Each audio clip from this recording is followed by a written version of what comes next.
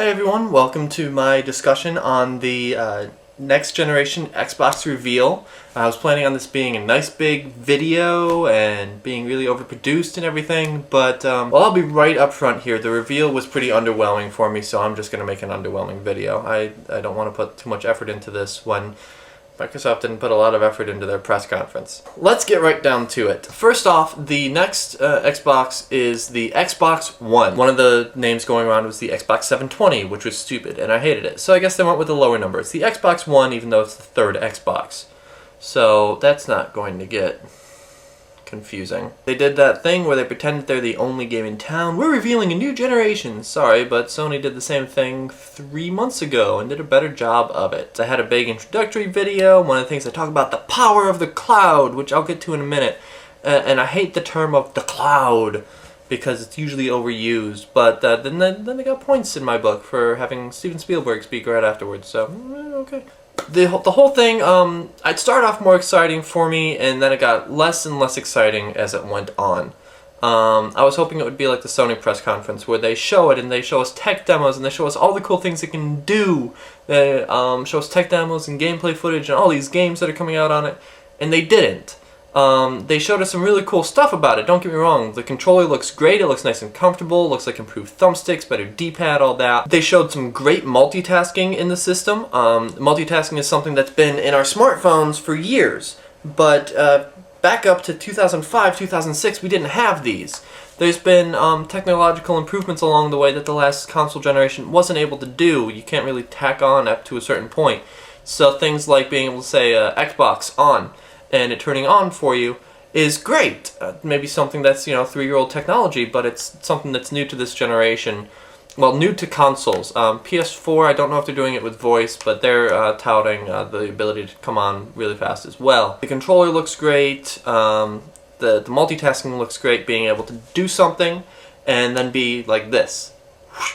And it moves what you're watching up into the corner and leaving, tabs for, you can still do Netflix and whatever around here. Or you can say Xbox, snap Internet Explorer, and then it'll move what you're watching over to the side, and Internet Explorer comes up over here. It could be Skype, which could be a reason that Microsoft bought Skype, is really nice tight Skype integration. You're watching something, you get a call, you can snap it so that what you're watching or what you're playing goes over here, then over here is your Skype window with a little video up here taken with the Kinect that is integrated into the system. They showed the console, which is a big plus over Sony's.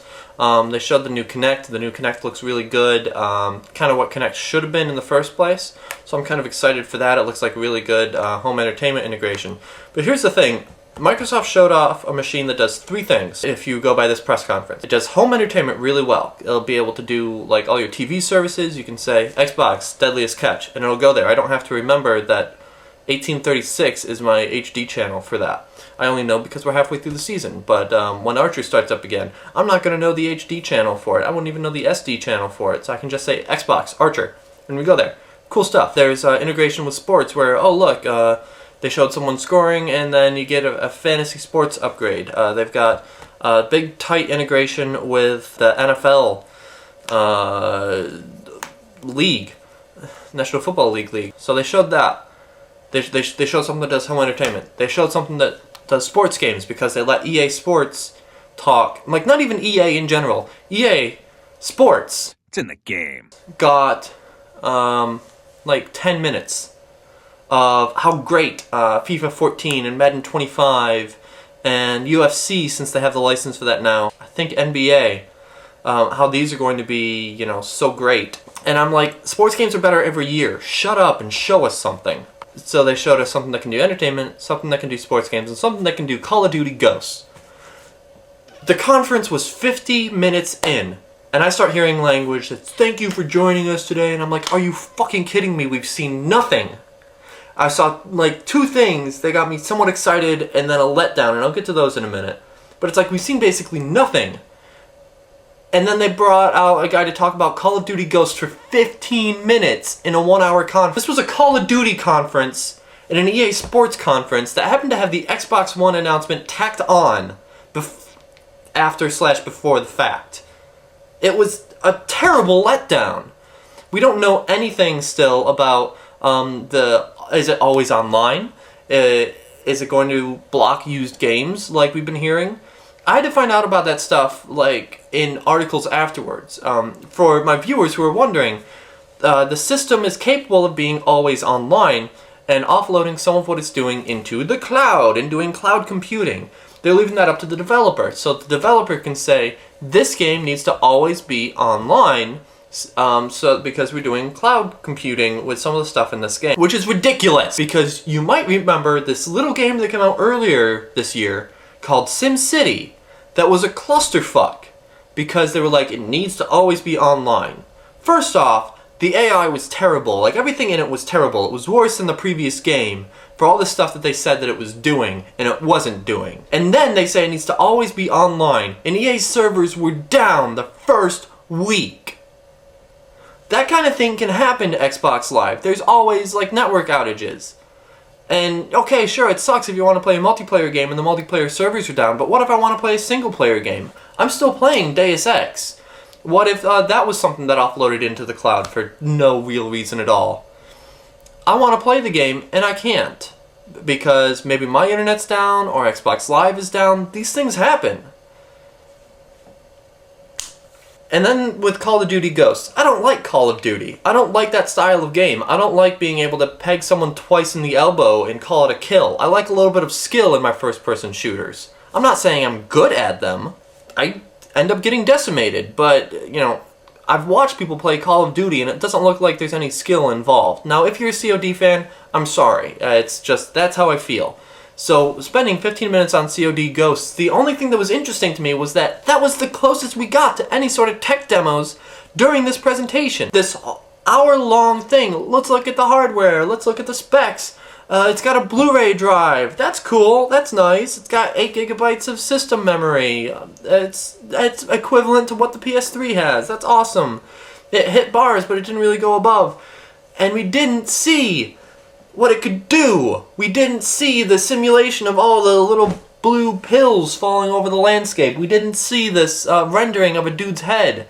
The only time we did was in Call of Duty, and we saw renderings of heads, and we saw, oh look, it's got a little puppy, you got a dog in this game. Ask Peter Molyneux how that worked for him. Look at all this, you know, that was the closest we got. We didn't even get gameplay footage. We got a lot of pre-rendered cutscenes, and we got some in-engine cutscenes that I hope would be the type to play live off the system, but they didn't look that impressive. We got the in-engine cutscenes for COD didn't look like anything above and beyond what we've got now.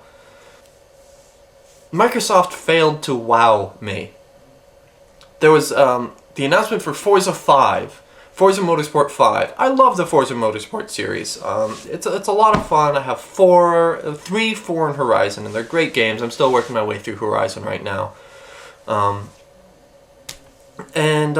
What did they show? They showed a teaser trailer, 2 cars racing, and they show like tire deformation and everything, but it was so obviously pre-rendered.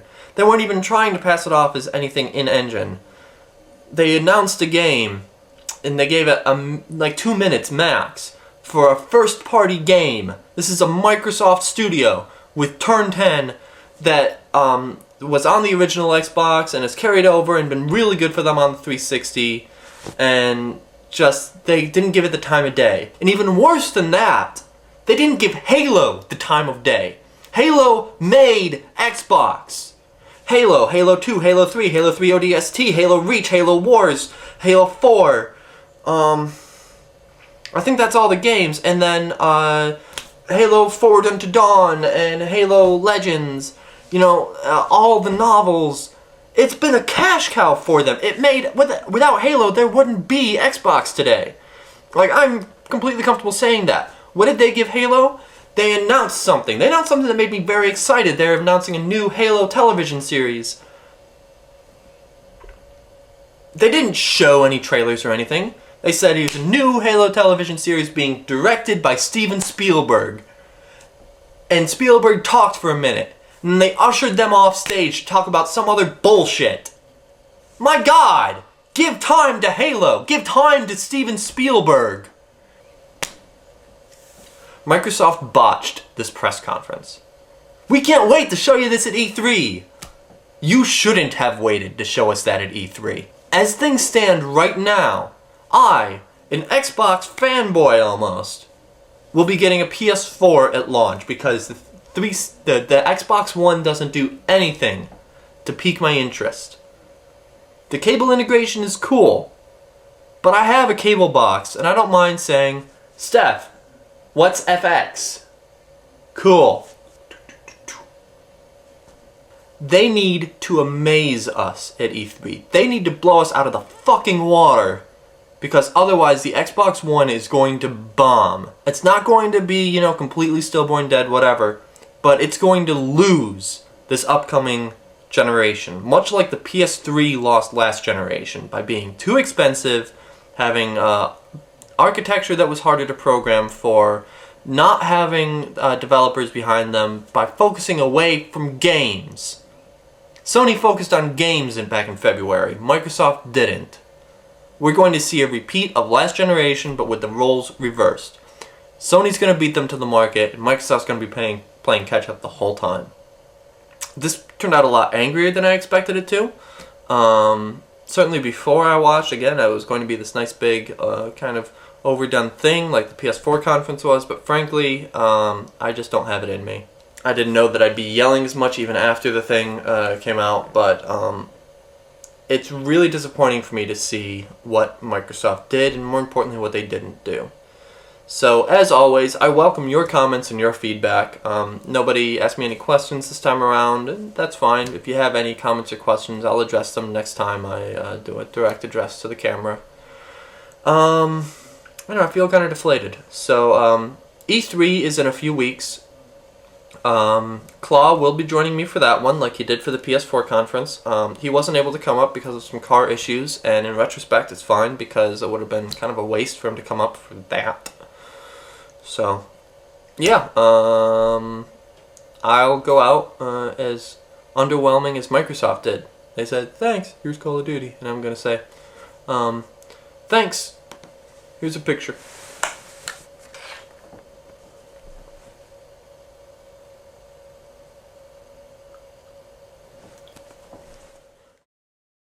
I feel better now that I've gotten all that out of my system.